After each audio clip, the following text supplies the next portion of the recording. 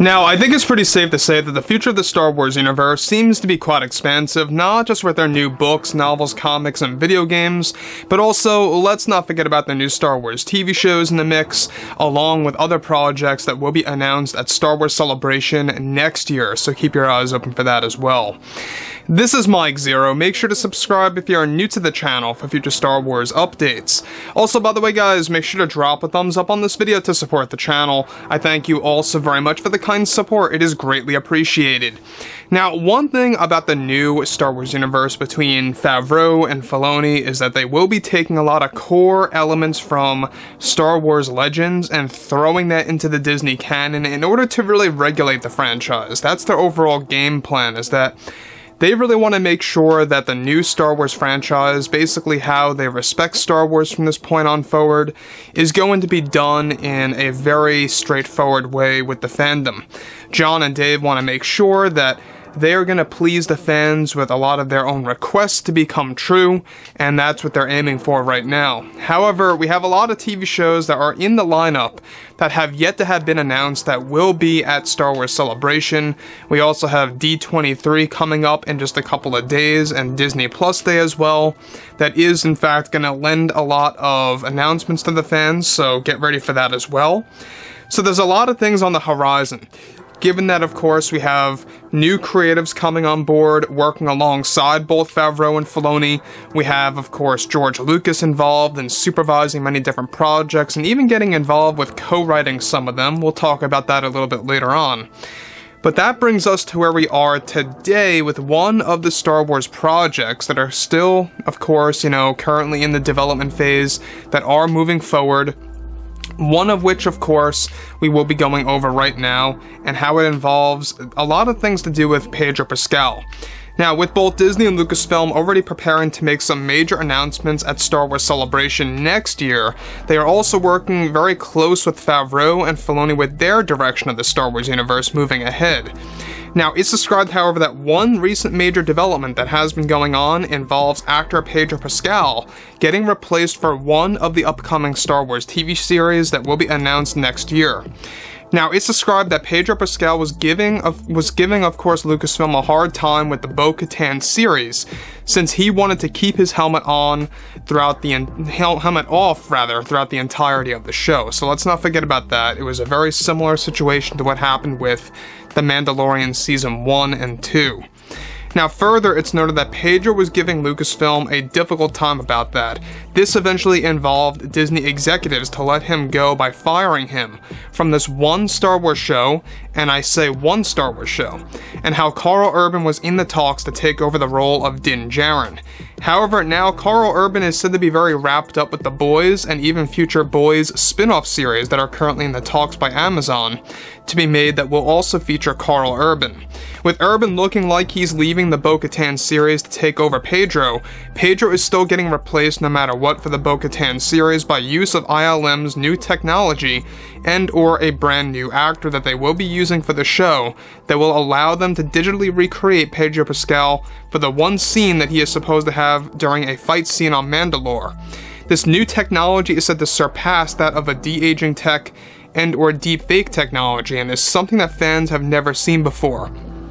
So let me just pause here quick for a second. This new technology, we talked about this already. It's going to be used in The Mandalorian Season 4 for the development of Luke Skywalker. They're going to be doing a lot of things with that. A lot of changes are being made. ILM really has a lot of tricks up their sleeve, by the way. I mean, this new revolutionary technology is described to really be something that's going to revolutionize the film industry. Not just Lucasfilm, but they are going to introduce something that really is going to change everything. Alright, it's going to make things a lot more effortless, and it's going to make things a lot more smooth and just easier to do, and I cannot wait to see exactly what this new tech really is that's going to allow them to do such a thing.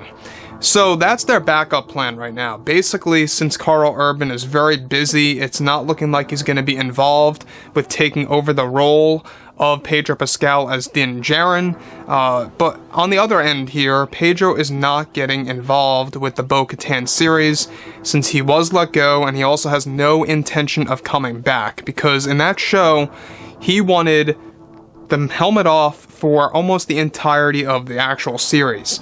Now, given that this show is going to be a limited TV show, alright, it's not going to be a multi-season show or anything like that. It's said to be around 10 to 12 episodes long, and that's it. Then it's a wrap. And it's going to all star Katee Sackhoff as Boca Tan on Mandalore, and featuring, of course, flashbacks to the Mandalorian Wars and a whole lot more. Now, beyond this, alright, this is said to be Lucasfilm's backup plan, like I say, in case they can't find another actor to fill in for the role for Pedro as Din Djarin. Now, though this option will be more expensive than hiring an actor, Disney and Lucasfilm are now focused on Din Djarin to only have one helmetless scene in the Boca Tan series that will heavily star actress Katee Sackhoff. The series is set to also focus heavily on flashbacks that will feature the Mandalorian and Jedi known as Tar Vizsla. Now, that will of course come to light in the new Star Wars show. Pedro Pascal is described to have no desire to come back for the Boca Tan series unless he had faced time for almost an entire Star Wars show. It's one of the reasons why Pedro signed on for The Last of Us on HBO, since he wanted to become a part of a show that features him without wearing a helmet. With ILM now stepping in and Karl Urban very busy with the boys, Lucasfilm currently has two options to replace Pascal, through this new technology and or a new actor to take over the role. This is something that Favreau and Filoni will be heavily involved with in order to create a new way of storytelling by utilizing this new technology generated by ILM. Now, the other thing that I think a lot of fans need to know about here is that the Boca Tan series, it's not just going to be about Boca Tan per se.